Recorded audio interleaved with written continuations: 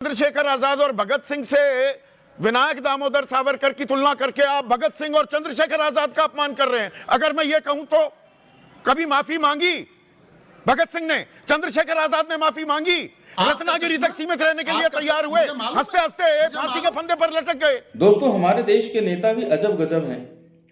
अपना हित साधने के लिए गड़े मुर्दे उखाड़ते रहते हैं। अब अभी बताइए, टीपू सुल्तान का मामला लाने की क्या जरूरत है? अरे टीपू सुल्तान अपने समय के एक महान शासक थे। अंग्रेजों के खिलाफ उन्होंने युद्ध लड़ा, चार युद्ध लड़ा। और शिवाजी महाराज अपने समय के बहुत बड़े शासक थे। अब दोनों के बीच में तुलना करना कि टीपू सुल्तान और शिवाजी महाराज के बीच में ये समानताएं थे या फिर ये तुलना, ये सब क्या गैर जरूरी बातें हैं। इनसे क्या मिलेगा हमको? क्या इससे हमारा देश का विकास होना है? क्या ये इन मुद्दों से क्या हासिल होने वाला है? सिर्फ हिंदू मुसलमान करना है? तो जब चर्चा छिड़ी है तो इसी पर बातें हो रही है। सारे न्यूज चैनल्स पे यही मुद्दा आया हुआ है। तो दोस्तों, इसी पर डिबेट है। आइए सुनते हैं और समझने का प्रयास करते हैं। ये हुआ संविधान के 16वें चैप्टर के शुरुआत में जो रानी लक्ष्मीबाई और टीपू सुल्तान की पेंटिंग लगाई गई है वो गलत है। तो बाबा साहिब भीमराव अंबेडकर, राजेंद्र प्रसाद, तमाम लोग, मैं जवाहरलाल नेहरू का नाम नहीं लेता, या नेहरू की ये एक और गलती है, नेहरू ने टीपू सुल्तान को राष्ट्रीय प्रतीक के तौर पर जगह दे दी संविधान में, या सरदार पटेल ने भी हामी भरी होगी, बाबा साहिब भीमराव अंबेडकर ने भी हाँ कही होगी, राजेंद्र प्रसाद ने भी हाँ कही होगी। वो देश का अपमान कर रहे थे। संदीप जी, आजादी के बाद भारत का संविधान भारत की संप्रभुता को बनाए रखने के लिए और तत्कालीन व्यवस्था को संचालित करने के लिए जिस तरह से दस्तावेज के रूप में आया, वो हम सब के लिए एक ग्रंथ है, वो हम सब के लिए गीता, रामायण, भागवत है। उसकी बड़ी श्रद्धा, आदर और सम्मान है।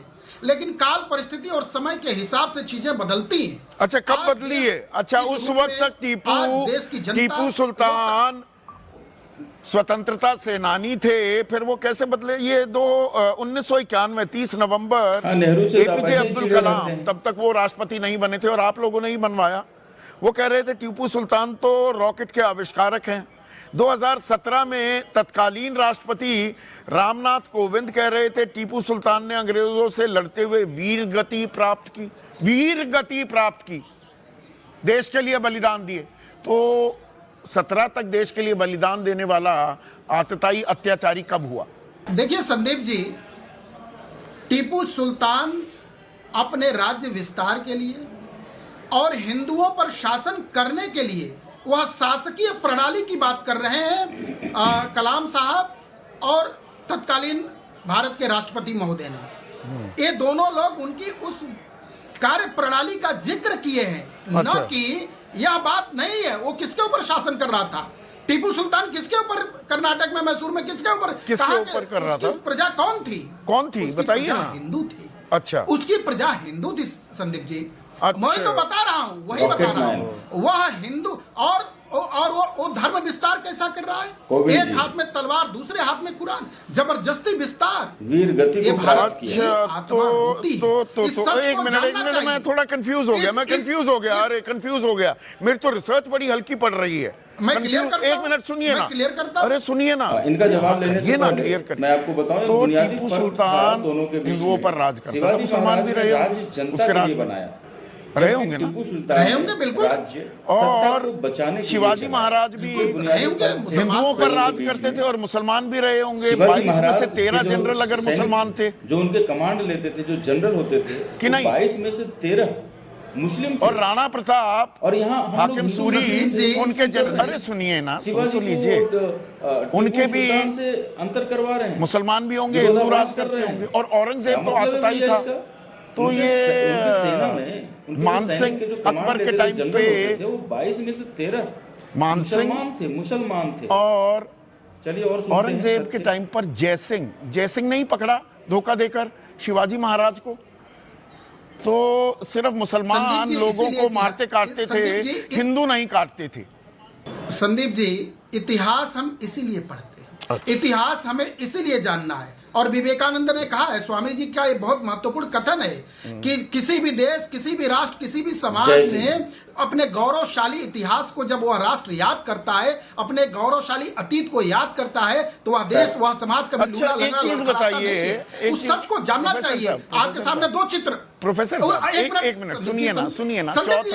चौथा एंग्लो मैसूर वॉर था, अंग्रेजों से वो जो लोहा ले रहे थे, गुलामी कबूल नहीं थी, और उसमें जान भी गई, लड़ते हुए जान दे दी टीपू सुल्तान ने। चलिए आप अत्याचारी मान, ये अंग्रेजों का साथ कौन दे रहा था? अंग्रेजों से लड़ाई तो काबिले तारीफ बात होनी चाहिए, ये तो मानेंगे, होगा अत्याचारी, मैं अभी उस पर नहीं जा रहा हूं। अत्याचारी अंग्रेजों से लोहा लिया, अंग्रेजों के सहायक कौन थे टीपू सुल्तान से इस युद्ध में? हैदराबाद का निजाम और मराठा गोरों का साथ दे रहे थे, वो देशद्रोह नहीं था तब, ऐसा ही है। यही भारत की विडंबना का सवाल है ये कि 1947 के बाद, और यानी हम 2014 तक आ जाएं, तो 1947 के बाद भारत के इतिहास को लिखने वाले, भारत के इतिहास को गढ़ने वाले, भारत के इतिहास को बताने वाली, पीढ़ियों को बताने वाले एक कांग्रेसी चश्मे भारत के सामने एक सेकुलर रूप में इस तरह से सांप्रदायिक चश्मे को डाल दिया, जो आज की जनता, टीपू सुल्तान ने गोरों की गुलामी तो कबूल नहीं की, पर वीर सावरकर, आप बताते हैं विनायक दामोदर सावरकर को 11 माफी नामे याचिका के तौर पर दिए कि नहीं दिए? 24 में छूटे तो पेंशन भी ली, रत्नागिरी तक खुद को सीमित रखूंगा, वफादार रहूंगा गोरों का, ये कहा।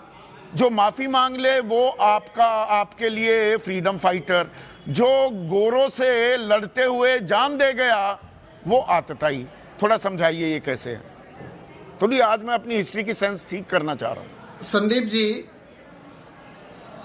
संदीप जी, वीर सावरकर, सुभाष चंद्र बोस, भगत सिंह, चंद्रशेखर आजाद, अब मैं कहूं आप चंद्रशेखर आजाद, एक मिनट, अगर मैं कहूं, एक मिनट ना, सुन लीजिए ना, चंद्रशेखर आजाद और भगत सिंह से विनायक दामोदर सावरकर की तुलना करके आप भगत सिंह और चंद्रशेखर आजाद का अपमान कर रहे हैं। अगर मैं ये कहूं तो कभी माफी मांगी भगत सिंह ने, चंद्रशेखर आजाद ने माफी मांगी, रत्नागिरी तक सीमित रहने के लिए तैयार हुए, हंसते हंसते फांसी के फंदे पर लटक गए, दिए कि आर्म्स ट्रेनिंग लो, अमेरिका ये गोरों के साथ जुड़ जाओ, या कहा कि नहीं कहा? संदीप जी, यह तथ्य बिल्कुल गलत है और कांग्रेस के मनगढ़ंत इतिहासकारों ने लिखा है। मनगढ़ंत इतिहासकारों यह है कि रत्नागिरी से लेकर महाराष्ट्र की जनता, रत्नागिरी से बाहर कब निकले, कहाँ निकले, बताइए प्लीज। लिखे हुए रत्नागिरी से बाहर कब और कहाँ निकले? 1924 से लेकर 1947 के बीच।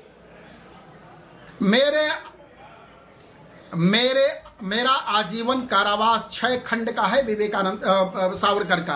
आप उसे पढ़ेंगे तो रोंगटे खड़े हो जाएंगे। अच्छा। अपने आपको कैसे लगता है कि मैंने नहीं पढ़ा? देश के लिए दिया है। आपको कैसे लगता है कि मैंने नहीं पढ़ा?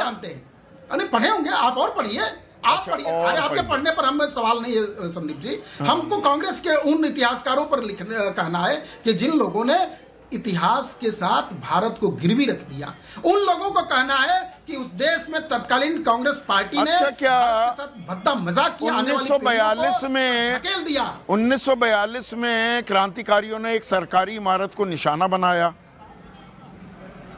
ये बटेश्वर कोर्ट में मामला गया था, अटल बिहारी वाजपेयी को भी गिरफ्तार किया गया। उन्होंने कहा मैं तो था ही नहीं वहां पर, मैं तो वैसे ही भीड़ का हिस्सा था, मैं कोई क्रांति करने थोड़ा उतरा था। कहा था ये अटल बिहारी वाजपेयी ने, या ये भी कांग्रेसी प्रचार है, प्रोपेगेंडा है?